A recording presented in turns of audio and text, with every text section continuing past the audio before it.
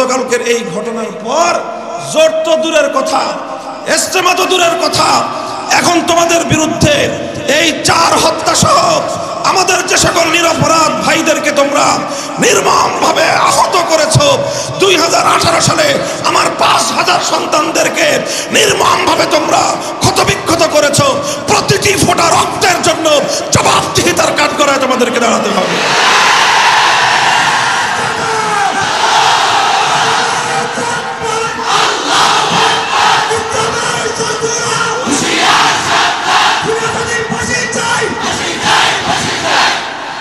মোহতারাম হাজির, আমি আর কথা লম্বা করতেছি না।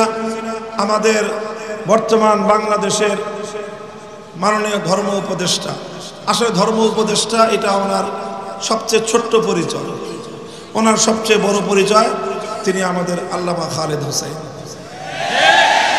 বাংলাদেশে আমাদের একজন কওমি অঙ্গনে একজন ডক্টর আফম খালিদ আছেন, এটাই হলো ওনার সবচেয়ে বড় পরিচয়।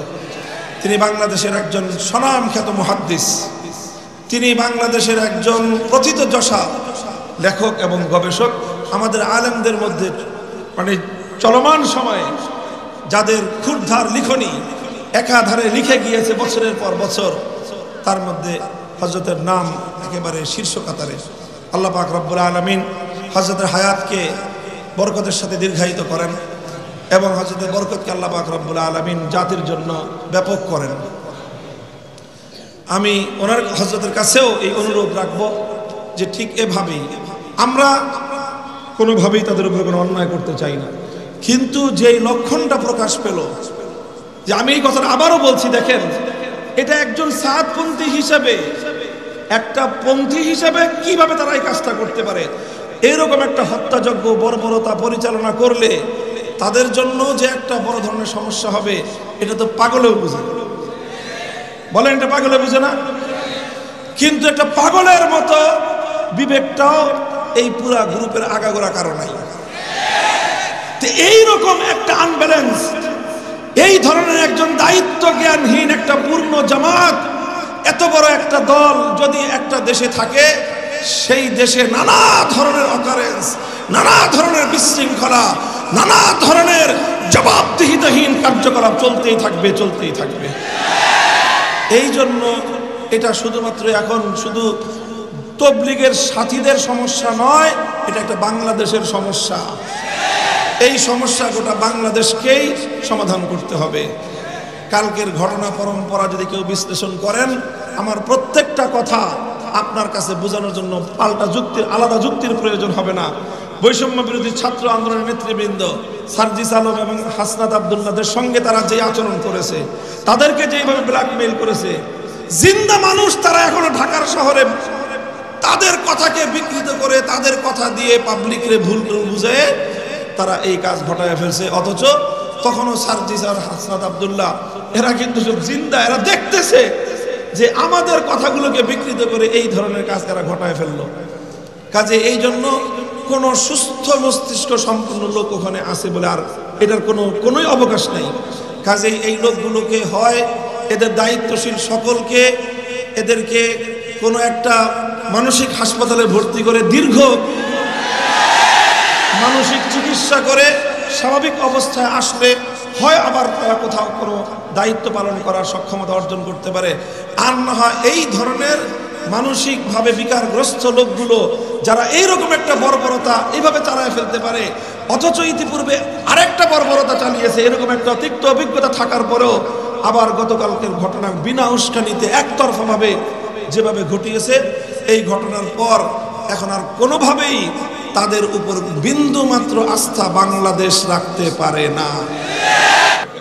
হ্যাঁ, কাফের না বলে যাদের ব্যাপারে বলেন যে তাদের মধ্যে ভ্রান্তি আছে, নানা রকম ভ্রান্তি আছে, অনেক দল উপদল আমাদের সমাজে আছে, এই সকল ভ্রান্ত মতবাদের অনুসারীদের ব্যাপারে আমার অনুসৃত নীতি ছিল যে তাদের সাথে মোকাবেলা হবে কোথায়? আলোচনার টেবিলে। কোথায়? কোথায় না, ময়দানে এবং রাজপথে না। এই নীতি অনুসরণ করার পর স্বাভাবিকভাবে অন্যান্য ইসলামী দল উপদলগুলোর মতো তবলিগ জামাতের যে মতবিরোধ, যাদের সাথে মতবিরোধ, এই যে মাওলানা সাদ কান্দেবী সাহেবের অনুসারী যারা সাদপন্থী, তাদের ব্যাপারে উলামায়ে কেরাম এমন কোনো ফতোয়া দেন নাই যে তাদের ঈমান নাই, এরকম কোনো ফতোয়া দেন নাই। বরং হ্যাঁ, মাওলানা সাদ সাহেবের কিছু কিছু বক্তব্যের ক্ষেত্রে আপত্তি রয়েছে, ঘোরতর আপত্তি, যে ওই সকল কথাগুলো তার অনুসারীদের মধ্যে বিভ্রান্তি তৈরি করবে, ভবিষ্যতে এটা কি আরো বড় ফিতনায় রূপান্তরিত হতে পারে, এই ধরনের আশঙ্কা প্রকাশ করে তাদের এই মূল চিন্তা ধারণাটাকে ওনারা বিভ্রান্ত বলে আখ্যায়িত করেছেন আলেম সমাজ। সেই হিসাবে সাদপন্থীদের সাথে আমার অনুসৃত নীতি অনুযায়ী আমার ময়দানে মোকাবেলা করার কথা না, মোকাবেলা করার কথা আলোচনার টেবিলে, প্রমাণ দলিল প্রমাণের ভিত্তিতে, আলাপ আলোচনার মাধ্যমে, বোঝানোর মাধ্যমে, এবং এই নীতি আমি অনুসরণ করে চলছিলাম। এই জন্য নানাভাবে বিভিন্নভাবে তাদের সঙ্গে একটা যোগাযোগ তৈরি করার চেষ্টা করা, তাদেরকে বোঝানোর চেষ্টা করা, যে কোনোভাবে আলেম সমাজের সাথে সৃষ্ট মতবিরোধের দূরত্ব দূর করে আলেমদের কাছাকাছি নিয়ে এসে কোনোভাবে তাদের এই ভুল ভ্রান্তিগুলো সূত্রে নিয়ে আবারও তাদেরকে ইসলামের সঠিক ধারায় ফিরিয়ে আনার কোনো চেষ্টা করা যায় কিনা, এটাই ছিল আমার প্রচেষ্টা, অব্যাহত আমার কর্মনীতি। কথাগুলি ঠিক এভাবে আমি বলি নাই, কিন্তু আমি এই নীতি অনুসরণ করে চলছিলাম। চলতে চলতে চলতে চলতে একেবারে এই ডিসেম্বর পর্যন্ত আমি এভাবেই চলেছি। এখন এমন একটা পরিস্থিতি তৈরি হলো, গোটা বাংলাদেশ এবং বাংলাদেশের যারা ইসলামকে ভালোবাসে, বাংলাদেশকে ভালোবাসে, তাদের সকলের মধ্যে একটা উৎকণ্ঠা দেখা দিল যে আবার এমন একটা সংঘাত তৈরি হতে পারে, যেই সংঘাতের কারণে নতুন করে প্রাণহানি ঘটবে এবং মানুষের মধ্যে চরম বিশৃঙ্খলা তৈরি হবে এবং সারা দুনিয়ার কাছে বাংলাদেশ নতুন করে আবার বিতর্কিত হবে। এরকম একটা পরিবেশ তৈরি হলো একটা ইস্যুকে কেন্দ্র করে। সেটা হলো যে এই যে টঙ্গী ইজতেমার ময়দানে তারা জোর করতে চায়, জোর ইজতেমা যেটাকে বলা হয় মূল ইজতেমার পূর্বে, এবং এই জোরটা হয় তাবলীগ জামাতের ঐতিহ্যগতভাবে যারা কমপক্ষে 3 চিল্লার সাথী, শুধুমাত্র সেই 3 চিল্লার সাথীদেরকে নিয়েই ইজতেমার পূর্বে একটা জোর ইজতেমা হয়ে থাকে, যে 3 চিল্লার সাথীরা এই জোর ইজতেমা থেকে একটা দিক নির্দেশনা নিয়ে সারা দেশে ছড়িয়ে পড়বে মূল ইজতেমাকে কামিয়াব করার জন্য। স্বাভাবিকভাবেই এই জোর ইজতেমায় বিপুল পরিমাণ মানুষের উপস্থিতির কোনো কারণ নাই, কারণ জোর ইজতেমাটা হয় কাদেরকে নিয়ে? 3 চিল্লার সাথীদেরকে নিয়ে। কাজে এখানে 3 চিল্লার সাথী যতজন থাকবে, মানুষ তো সেই পরিমাণেরই হওয়ার কথা। এখানে আলেম ওলামাদের সঙ্গে তাবলীগ জামাতের যে অংশটা কাজ করে, তাদের সাথে 3 চিল্লার সাথী অনেক বেশি, সাল লাগানোর সাথীর সংখ্যা অনেক বেশি। সেই তুলনায় সাদপন্থীদের মধ্যে 3 চিল্লার সাথী, সাল লাগানোর সাথী হিসাব করলে তুলনামূলকভাবে অনেক কম, এবং তাদের যে সংখ্যা দাঁড়ায় সেই সংখ্যায় খুব বড় কোনো অ্যামাউন্ট না, অনেক বড় সংখ্যা না যে 50-60 হাজার লোক হয়ে যাবে, এমন না। কিন্তু তারা একটা জোর ইজতেমা করবে, বিপুল পরিমাণ উপস্থিতি নিয়ে এই প্রস্তুতি তারা শুরু করলো, এবং তারা করবে সেটা কোথায়? ইজতেমার মাঠে করবে। এইরকম একটা দাবি নিয়ে, এরকম একটা শক্ত মনোভাব নিয়ে তারা এটা নিয়ে প্রস্তুতি শুরু করলো এবং কাজ অগ্রসর করতে আরম্ভ করলো। অথচ ইতিপূর্বে সরকারের যে বর্তমান অন্তর্বর্তীকালীন সরকার প্রতিষ্ঠিত হওয়ার পর আমরা সকলেই জানি, আগস্ট বিপ্লবের পরে বাংলাদেশ বিরোধী যেই শক্তি, যারা বাংলাদেশকে অস্থিতিশীল করতে চায়, যারা বাংলাদেশকে কোনোভাবেই মাথা তুলে দাঁড়াতে দিতে চায় না, সেই অপশক্তি বাংলাদেশকে অস্থিতিশীল করবার জন্য বাংলাদেশে নানাভাবে মানুষে মানুষে সংঘাত তৈরি করে দেশটাকে অকার্যকর করার জন্য সব ধরনের ষড়যন্ত্রের পথ তারা অবলম্বন করে চলছে। মনে রাখবেন, এটা আমার দীর্ঘদিনের বক্তব্য যে বাংলাদেশ এবং ইসলাম এক সূত্রে গাঁথা। বাংলাদেশে ইসলাম যদি ঠিক থাকে বাংলাদেশের স্বাধীনতা ঠিক থাকবে। বাংলাদেশের ইসলাম যদি বিপন্ন হয় বাংলাদেশের স্বাধীনতা অটুট থাকবে না। এদেশের স্বাধীনতা ধ্বংস হয়ে এদেশটা পরাধীন দেশে পরিণত হবে। এই জন্য বাংলাদেশে যারা ইসলামকে ভালোবাসে তারাই স্বাধীনতার সপক্ষ শক্তি। যাদের সঙ্গে ইসলামের বৈরিতা তারা বাংলাদেশের স্বাধীনতার বিরোধী শক্তি।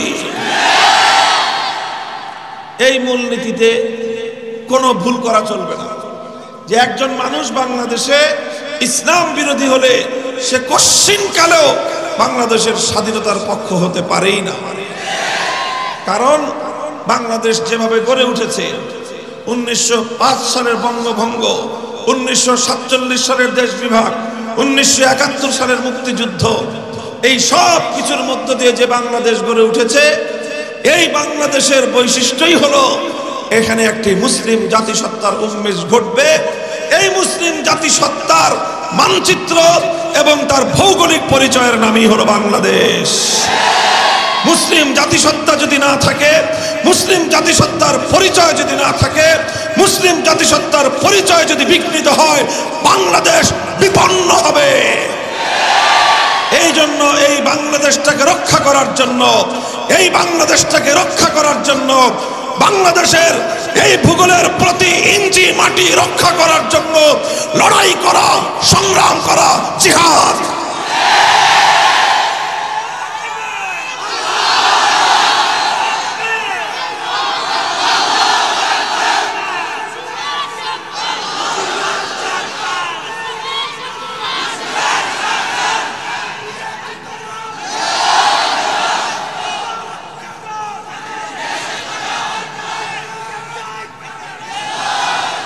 লক্ষ্য করেন, দেখেন যখন এরকম একটা পরিস্থিতি তৈরি হলো, বাংলাদেশের আগস্ট বিপ্লব, বাংলাদেশের আগস্ট বিপ্লব, এটাকে এদেশের মানুষ দ্বিতীয় স্বাধীনতা বলে আখ্যায়িত করেছে।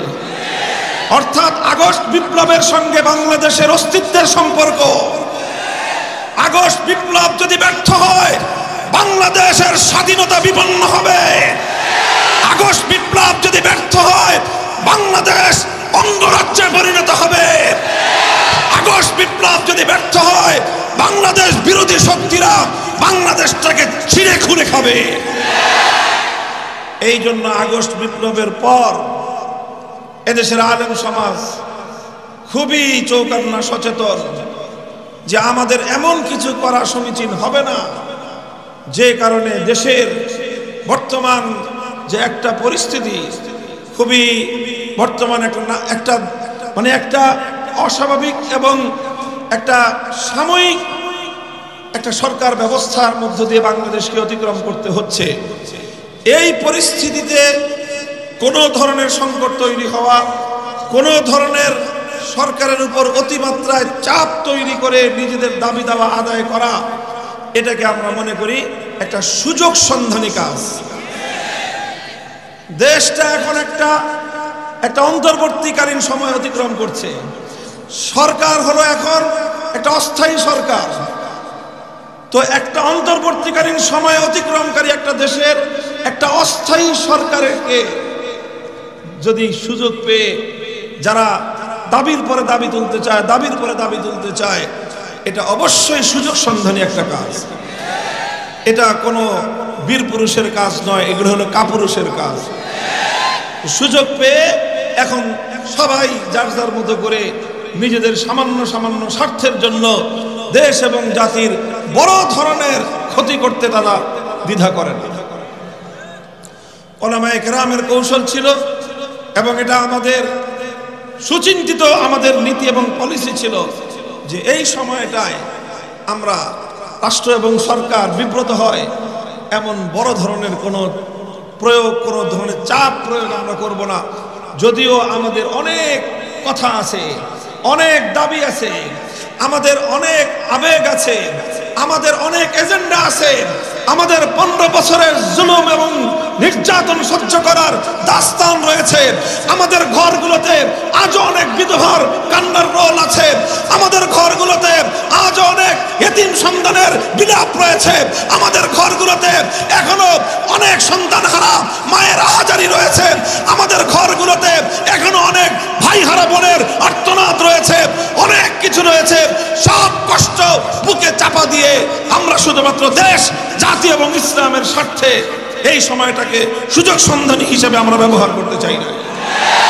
আর না হলে এদেশের আলেম সমাজের সেই সামর্থ্য রয়েছে, এদেশের আলেম সমাজের সেই সামর্থ্য রয়েছে যে আলেম সমাজ নিজেদের দাবিগুলো বুকে পাড়া দিয়ে আদায় করতে পারে। কিন্তু সেটা হবে দুর্বল সময়ে রাষ্ট্রের সঙ্গে ভীরুতা এবং কাপুরুষতার আচরণ। এই জন্য নীতি নির্ধারণী পর্যায়ের আলেম সমাজ সিদ্ধান্ত নিয়েছেন যে তবলিগের এই বিষয়েও দীর্ঘদিনের আমাদেরকে বিগত ফ্যাসিবাদী সরকার এই বিষয়টা নিয়ে যার পর নাই আলেম সমাজকে উত্তক্ত করেছে, বিরক্ত করেছে। আমাদের যারা আলেমদের অনুসারী তবলিগপন্থী যারা আছেন, বিগত ফ্যাসিবাদী সরকারে তাদের দুইটা উপাধি ছিল, একটা হলো পাকিস্তানপন্থী আর একটা হলো হেফাজতি। বলেন, সাতপন্থী এমন কোন তবলিগি নাই যে দৈনিক 2-4 বার হেফাজতি জপ না জপত। হেফাজতি বলে গালি দেওয়া হতো। কেন হেফাজতি বলে কেন গালি দিত?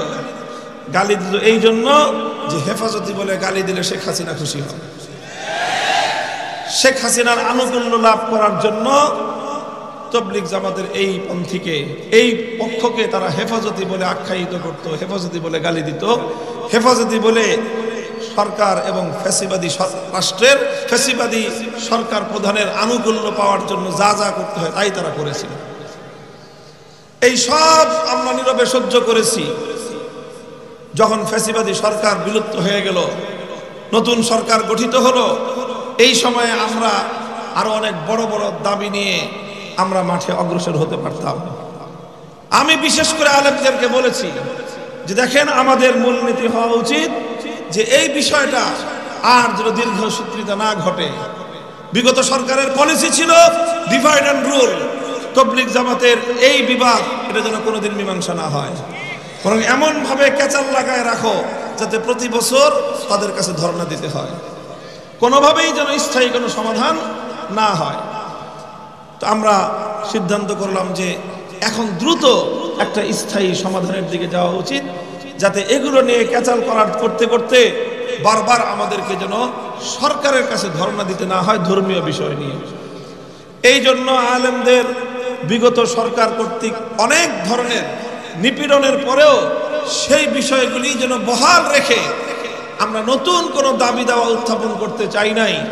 কারণ এখন রাষ্ট্র অন্তর্বর্তীকালীন সরকারের সময়ের মধ্যে দিয়ে অতিক্রান্ত হচ্ছে। সরকারও হলো এখন একটা অস্থায়ী সরকার। ঠিক আছে, যেমনি আছে এইভাবে চলতে থাকুক। এইভাবে চলতে চলতে ইজতেমাটা যাক। ইজতেমার পরে বর্তমান সরকারের গুরুত্বপূর্ণ দায়িত্বশীলরা আশ্বাস দিয়েছেন যে মার্চ এপ্রিল মাসে এই বিষয়গুলোর একেবারে স্থায়ী একটা সমাধান আমরা উভয় পক্ষের সঙ্গে আলাপ আলোচনার ভিত্তিতে আমরা করে দেব। আমরা সেই অপেক্ষায় ছিলাম এবং তাদের অনুরোধে, সরকারের উপদেষ্টা মণ্ডলীর অনুরোধের প্রেক্ষিতে ওলামায়ে কেরাম এবং তাদের পক্ষের তবলিগের মুরব্বীগণ অনেক বড় বড় দাবি মুহূর্তের মধ্যে পরিত্যাগ করেছেন। বলেছিলেন যে কাকরাইলে তাদেরকে দাগা দেওয়া হবে না, কারণ কাকরাইল যে কাজের জন্য, আমাদের কথা হলো যে সেই কাজ ওলামায়ে কেরামের নেতৃত্বেই হওয়া চাই। কাকরাইলের যেই ট্রাস্টি বোর্ড, সেই ট্রাস্টি বোর্ডে ওলামায়ে কেরামের সংখ্যাধিক্য, তারাই এই ট্রাস্টি বোর্ড চালায়। এবং কাকরাইল এটা একটা মসজিদ এবং মাদ্রাসা কমপ্লেক্স, শুধু মসজিদ নয়, মাদ্রাসাটা পূর্ণাঙ্গভাবে আলেম সমাজের দ্বারা পরিচালিত। কাজেই সেই হিসেবে কাকরাইল মসজিদের পূর্ণ প্রপার্টি এমনিতেই শতকরা 75% আলেমদের কাছে। সেখানে আবার ট্রাস্টি বোর্ডের মধ্যেও আলেমরা হলো 2/3, 6 জনের মধ্যে 4 জন। কাজেই সেই হিসেবে 2 জনকে তো এমনিতেই তারা সিদ্ধান্তের বলেই তাদেরকে বহিষ্কার করে দিতে পারে। 6 জনের যদি মিটিং হয়, 6 জনের যদি মিটিং হয়, 4 জনের একমত, 2 জনের আর একমত, কাটটা সিদ্ধান্ত হবে। 6 জনের মতে সিদ্ধান্ত হলে এমনিতেই তো তারা বাতিল হয়ে যায়। নিয়ম অনুযায়ী তাদেরকে বাদ দিয়ে দেওয়ার সুযোগ ছিল, কিন্তু সেদিকে যায় নাই যে ঠিক আছে আমরা মিলেমিশে কিছুটা ছাড় দিয়ে চলতে থাকি, কোনো নতুন কোনো ক্যাচাল যেন তৈরি না হয়। এইভাবে চলতে চলতে চলতে চলতে এবং সর্বশেষ রাষ্ট্রীয় সিদ্ধান্ত যে স্থিতাবস্থা বহাল থাকবে। আপনারা যেভাবে কাকরাইল চালাচ্ছেন চালান, ওনারা যতটুকু সময় কাকরাইল পরিচালনা করে করুক। ইজতেমার মাঠে যেভাবে সারা বছর আপনারা কার্যক্রম পরিচালনা করছেন, ইজতেমার মাঠে তো সারা বছর অন্য কোনো কাজ থাকে না। একটা কাজ হলো ইজতেমার মাঠের সারা বছরের কাজ, সেটা হলো একটা মাদ্রাসা পরিচালিত হয়, যেটা সারা বছরের কাজ। আর বাকি অন্য সব কাজই হলো মৌসুমি কাজ। এই জন্য স্বাভাবিকভাবেই মাদ্রাসা যেহেতু সারা বছর চলে এবং দাওয়াত এবং তাবলীগের সাথী প্রায় 80 থেকে 90% আলেম ওলামাদের সাথে এই বিপুল কার্যক্রম পরিচালনার জন্য গত 7 বছর ধরেই ইজতেমার পুরনো মাঠ আলেম সমাজ পরিচালনা করে আসতেছেন। এই প্রথম তারা অন্তর্বর্তীকালীন সরকারের এই যে অন্তর্বর্তী সময় আর অস্থায়ী সরকারকে তারা দুর্বল ভেবে এখন ওই ইসকন যেই পথ অবলম্বন করেছিল যে এখন যে কোনোভাবে নিজের অন্যায় আবদার আদায় করার এখনই সময়। আপনারা দেখেছেন বিগত কয়েক মাস ধরে বাংলাদেশে এই খেলা চলছে। 14 বছর ধরে দাবির কোনো খোঁজ খবর ছিল না, 15 বছর ধরে তাদের দাবি দেওয়ার কোনো খোঁজ খবর ছিল না।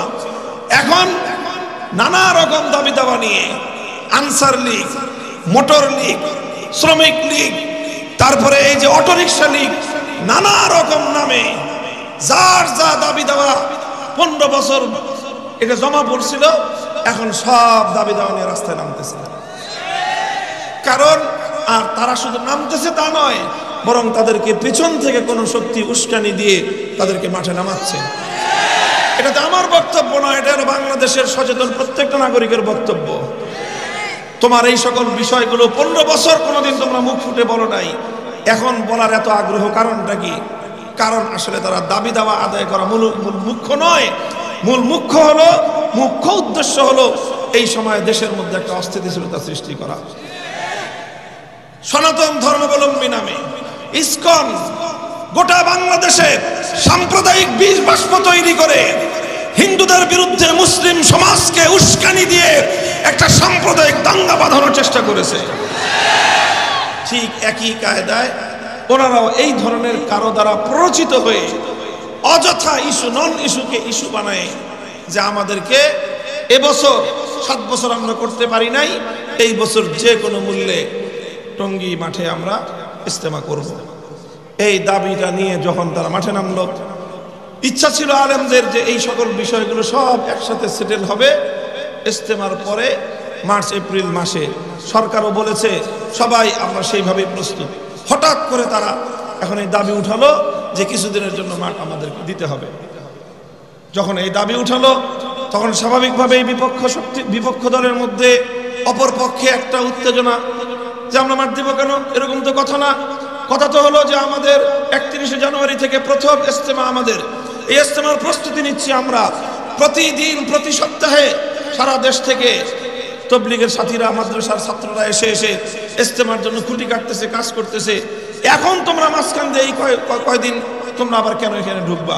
তোমরা অন্যান্য জায়গায় যেভাবে গত 7 বছর জোর ইজতেমা করেছো, এবছরও সেইভাবেই অন্য জায়গায় জোর ইজতেমা করো। এরপরে মূল ইজতেমা পর্ব সম্পন্ন হওয়ার পরে ফেব্রুয়ারিতে মাঝামাঝি দিকে ইজতেমা শেষ হবে, মাসখানেক পরেই তো মার্চ এপ্রিলে স্থায়ী সমাধান হয়ে যাবে। তখন যেইভাবে মীমাংসা হবে সেইভাবে কাজ করবা। এত তোমাদের কি ঠেকা পড়ে গেল যে এই বছর তোমাদেরকে ওখানে জোর ইজতেমা করার জন্য তোমাদেরকে এভাবে যুদ্ধ বাধায় দিতে হবে? এটা তো দুরভিসন্ধি, উদ্দেশ্যমূলক হীন উদ্দেশ্য ছাড়া অন্য কিছু হতে পারে। এটার কারণে আমাদের পক্ষের যে সকল লোকজন তাদের মধ্যে একটা উত্তেজনার সৃষ্টি হলো। ওনারা এটা নিয়ে বিভিন্ন কর্মসূচি দেওয়ার চিন্তা করলেন। আমি তাদের সকলকে নিবৃত্ত করলাম যে দাঁড়ান, আপনারা অন্য কোনো পথে যেন না, আমরা আলোচনার মাধ্যমে সমস্যার সমাধান করি। আমি নিজে ব্যক্তিগত হয়ে উদ্যোগ নিলাম এবং সাতপন্থীদের ওনাদের যারা দায়িত্বশীল তাদের সঙ্গে যোগাযোগ করলাম। নিজে অগ্রসর হয়ে তাদের সঙ্গে যোগাযোগ করে তাদের সঙ্গে বসলাম, তাদের কাছে গিয়ে, তাদের বাড়িতে গিয়ে তাদের সঙ্গে বসলাম, বসে তাদেরকে রিকোয়েস্ট করলাম, অনুরোধ করলাম যে দেখেন, একটা মীমাংসার দিকে যেহেতু যাচ্ছে পূর্ণ বিষয়টা, হঠাৎ এখন একটা ছোট্ট বিষয়কে এভাবে গুরুত্ব দিয়ে এটাকে ফলাও করে সংঘাতের পরিস্থিতি তৈরি করবেন না, তাহলে দেখা যাবে যে আসলে সব কিছু নিয়ে একটা ঝামেলা লাগবে, আর এপ্রিল মাস পর্যন্ত যে একটা স্থায়ী সমাধান হওয়ার কথা সেই সমাধানটা বিপন্ন হয়ে যাবে। আপনি এটা করেন না। রিকোয়েস্ট করলাম, অনুরোধ করলাম, আন্তরিক পরিবেশে তাদের সঙ্গে কথাবার্তা হলো। তারা সিদ্ধান্ত দিলেন না, বললেন যে আমাদের মুরব্বীদের সাথে আলোচনা করে সিদ্ধান্ত নিতে হবে। ঠিক আছে, যান, মুরব্বীদের সঙ্গে আলোচনা করেন। এরপরে তাদের পক্ষ থেকে নানাভাবে যে বার্তা পেলাম আমরা, যে কোনো মূল্যে তারা এখানে জোর ইস্তেমা করবেই। শুধু তাই নয়, মীমাংসিত ইস্যু যেগুলো, সেই ইস্যুগুলোতেও 7 বছর যেইভাবে চলে আসছে, এবছরের ইস্তেমাটা অন্তত সেভাবে চলার পরে স্থায়ী সমাধান হবে, এটা সিদ্ধান্ত হয়ে গেছে। সেই বিষয়ে একটার পরে একটা তারা বলতেছে যে এই বছরের ইস্তেমাতেই এটা করতে হবে, এটা করতে হবে, এটা না করলে আমরা এই করে ফেলবো, সেই করে ফেলবো। এইভাবে উপর্যুপরি তারা হুমকি ধমকি দিতে লাগলো। এখন আমি যেহেতু ব্যক্তিগতভাবে আমাদের দায়িত্বশীলদেরকে বলেছিলাম যে ঠিক আছে, আমাকে একটা সুযোগ দেন, আমার তাদের ব্যাপারে আস্থা, এতটুকু আশা ছিল যে যদি আমি বা আমার মতো এরকম আমাদের মতো 2-4 জন ব্যক্তি আমরা স্বয়ং তাদের কাছে গিয়ে অনুরোধ করি, তাহলে তারা অন্তত ন্যূনতম তাদের মধ্যে যদি মানবতা থেকে থাকে, তাহলে তারা আমাদের অনুরোধটুকু রক্ষা করে, আমাদের অনুরোধের সম্মানটুকু রক্ষা করে, তাদের বাড়িতে গিয়ে অনুরোধ করেছি, এই সম্মান রক্ষার্থেও অন্তত তারা বিষয়টা চেপে যাবে। কিন্তু আমরা হতাশ হলাম। তারা পাল্টা আমাদেরকে এমন ভাবে মেসেজ পাঠালো যে মনে হলো যে আমরা যে সাইদা গেছি, এটা তারা মনে করছে যে আমরা দুর্বল হয়ে গেছি, আর এই দুর্বল হয়ে গেছি এখন আর একটু চাপ দিলেই হয়ে যাবে, এটা মনে করি। এই জন্য আমরা যাওয়ার পরে এখন তাদের ভাষা আরো কঠোর হয়ে গেল। আগে তো বলতো যে আমরা জোর ইস্তেমা করব, আমরা যাওয়ার পরের খবর হলো যে কোনো মূল্যে করবই করব। ওরে বাপরে! তখন তো আমি যাদের সাথে কথা দিয়েছিলাম যে তাদেরকে আমি আলোচনার মাধ্যমে বিষয়টা মীমাংসা করতে পারবো, এখন আমি তো ব্যর্থ হয়ে গেলাম।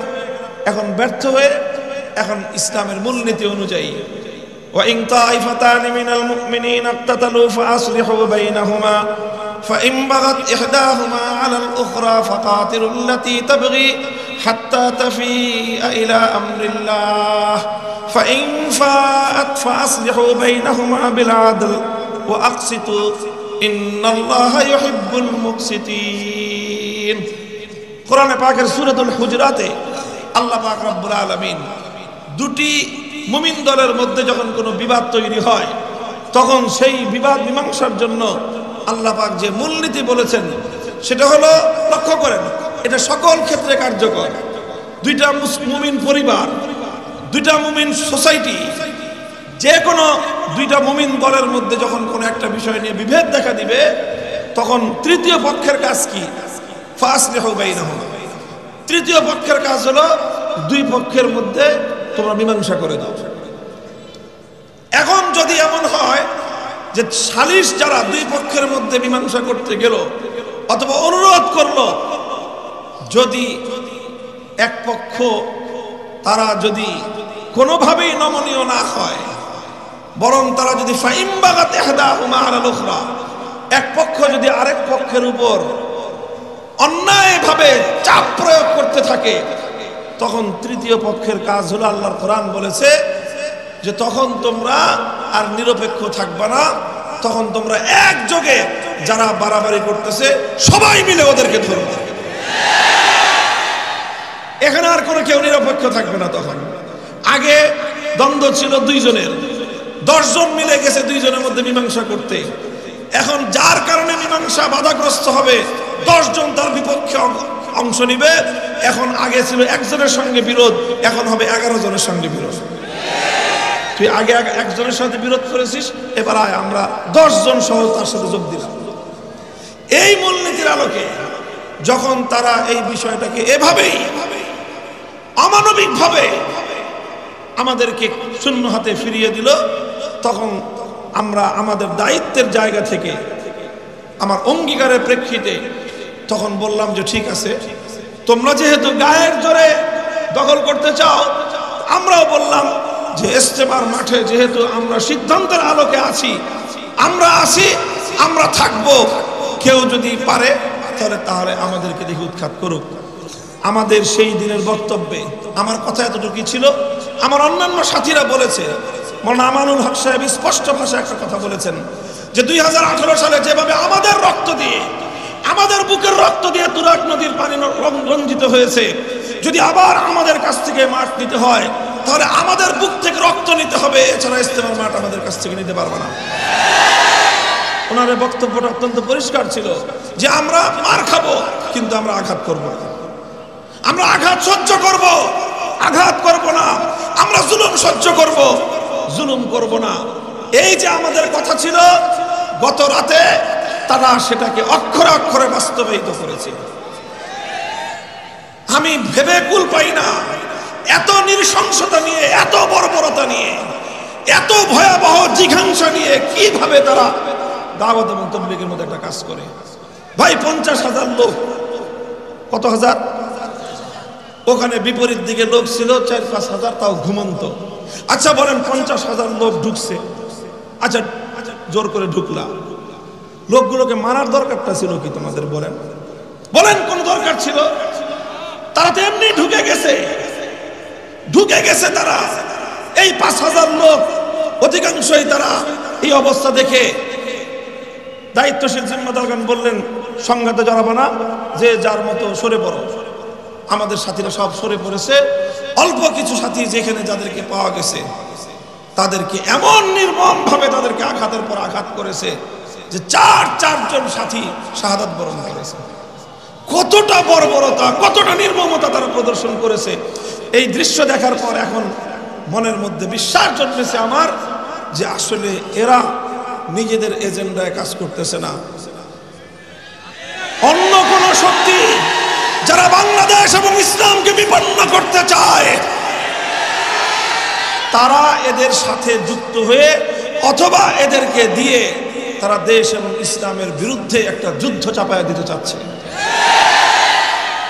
আমি জানি না যে এরা বুঝে এই কাজ করতেছে কিনা, না হলে কোনো বিবেকবান মানুষ এই কাজ করার কথা না, কোনো দায়িত্বশীল মানুষ এই কাজ করার কথা না।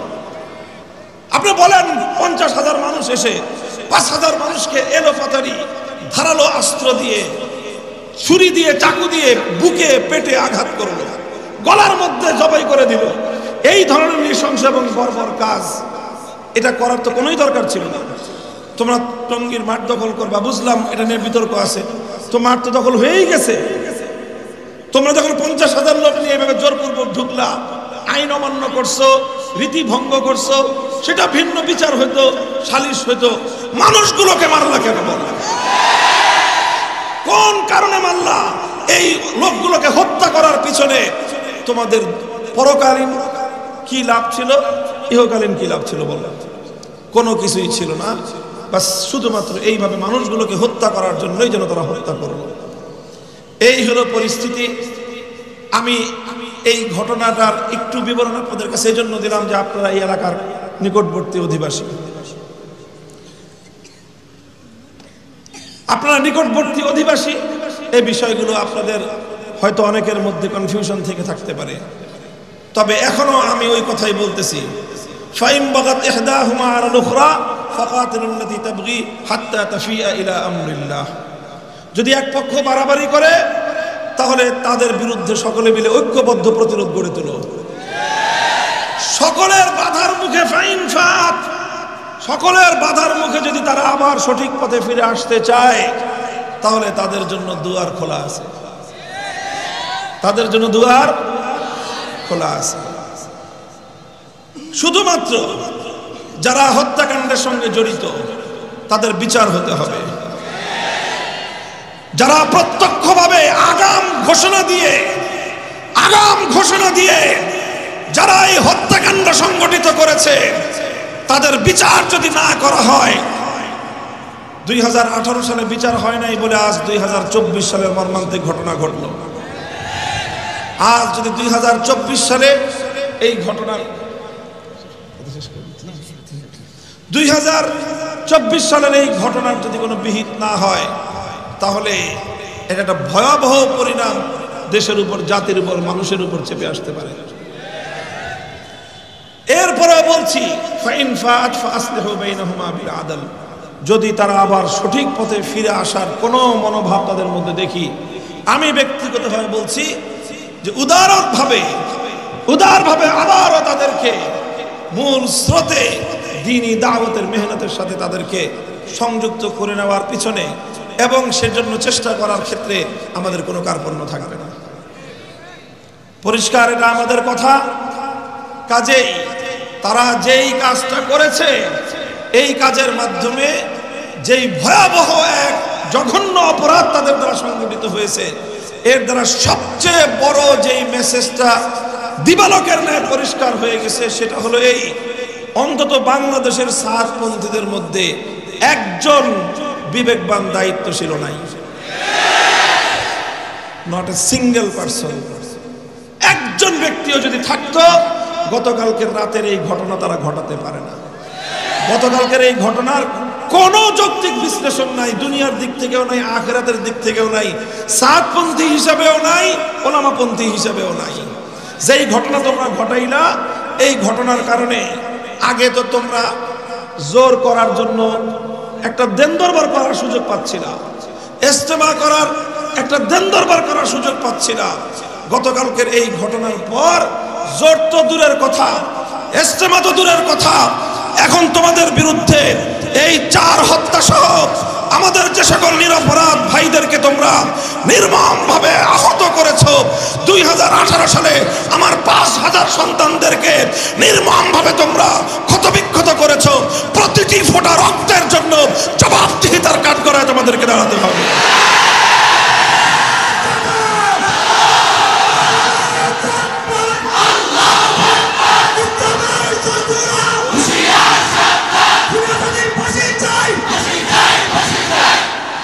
মোহতারাম হাজির, আমি আর কথা লম্বা করতেছি না।